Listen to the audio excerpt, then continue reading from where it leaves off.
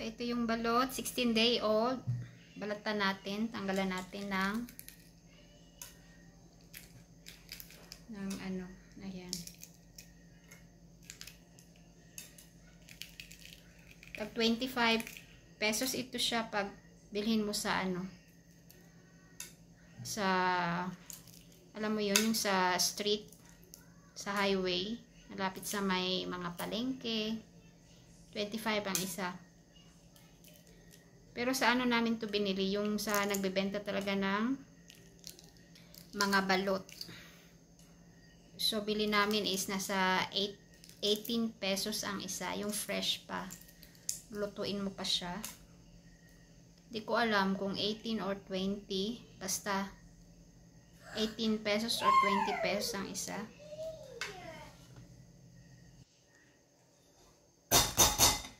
Basta mura pag direct ka sa buyer. Sa seller. So, yung nagbebenta. Mas mura yung benta ng balot pag diretso ka sa nagbebenta. Ayan.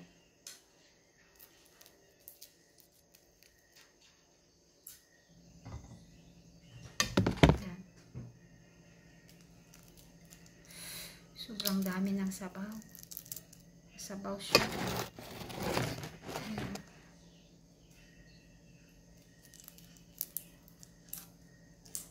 Mas maganda yung ganito lang, hindi siya maraming, hindi pa mabalahibo. Yung wala pa masyadong balahibo yung sisi.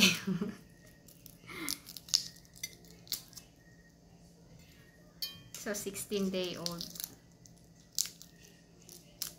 Ayan. Pag mga 18-day-old, parang pangit na kainin. Ayan. So, siguro kaya kong kainin mga 3 lang o 4. Nakaka-high blood pag lagi kang kumain ito. So, dapat in moderation lang ang pagkain ng balot.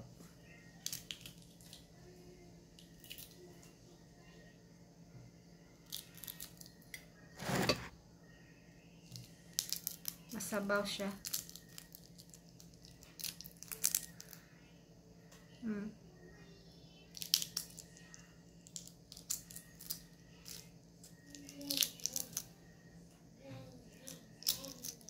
Gaya nito, oh, medyo itim. Itim na, means, ayan, oh. May sisiw na siya, may parang kadiri na kainin. Ayan. Pero pwede pa naman yan. Try natin yan. 3 na ang aking nabuksan, nabalatan.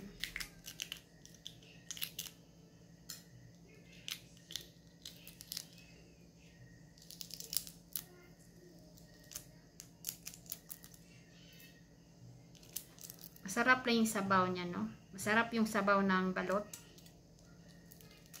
Medyo malasa siya. Pero mas masarap yung ano, native chicken na balot. Yung hindi na pisa, yung mga ano pa lang, ang masarap din siya. Kasi marami kaming native manok dito sa farm. Native mix ng native chicken tsaka Rhode Island Red na breed ng manok. Ang sarap. Yung brown ang egg. Ayun, sobrang sarap.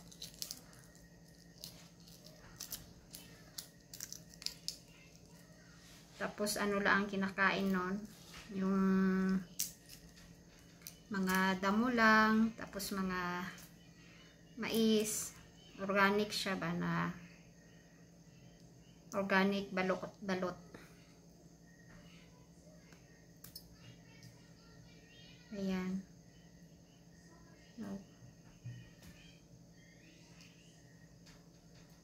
See? Ayan na ang ating balot. Sarap. So, lagyan natin ito.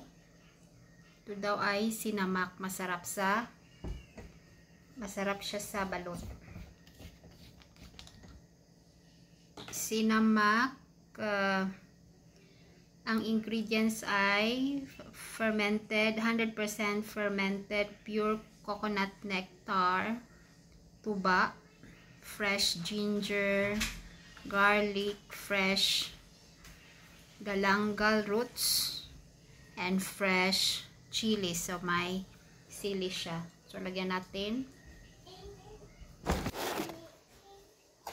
Ayan, lagyan natin ng sinamak. Oh no. Suka ito siya.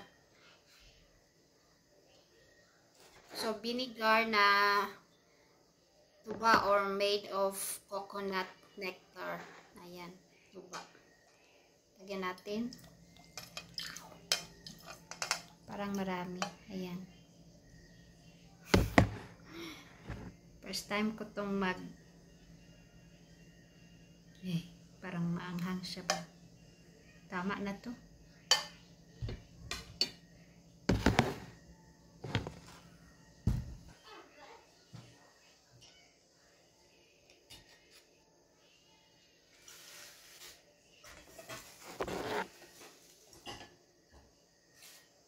Ayan, tikman natin ang balot. 16-day-old na balot.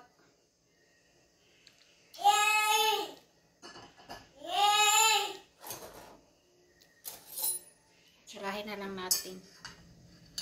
Ayan. Lagyan natin ng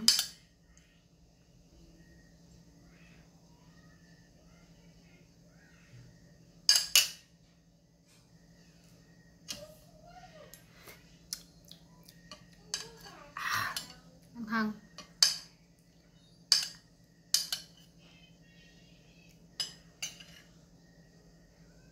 Tingnan mo yung duck. Kawawa siya pa. Ayaw kong kainin.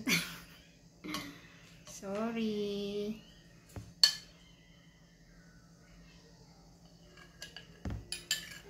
Ayan. Tikman natin to.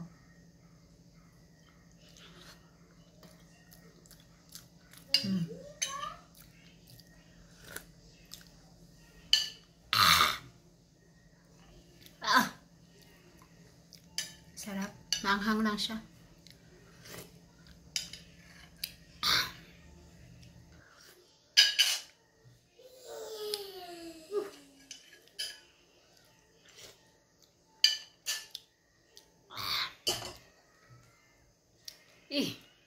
Maasim. Lagyan natin ulit. Ayan.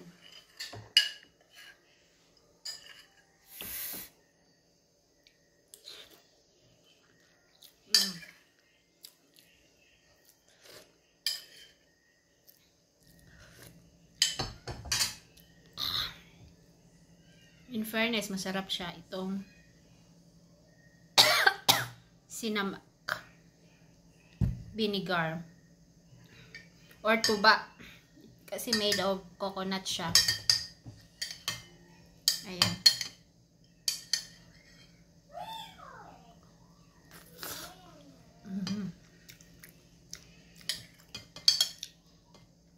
Pag nilagyan mo siya ng tuba kasi to wala siyang amoy or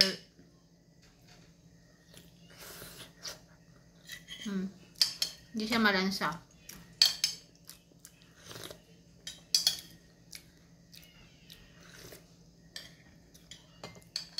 Sabaw ito ng balot tsaka itong tuba or suka. Hindi na ito makain, medyo matigas.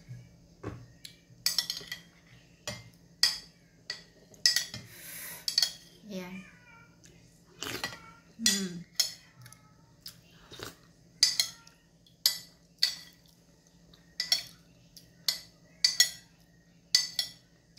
Sana okay lang ako nito after kumain ng 4 na balot.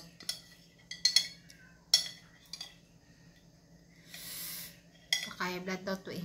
Yan.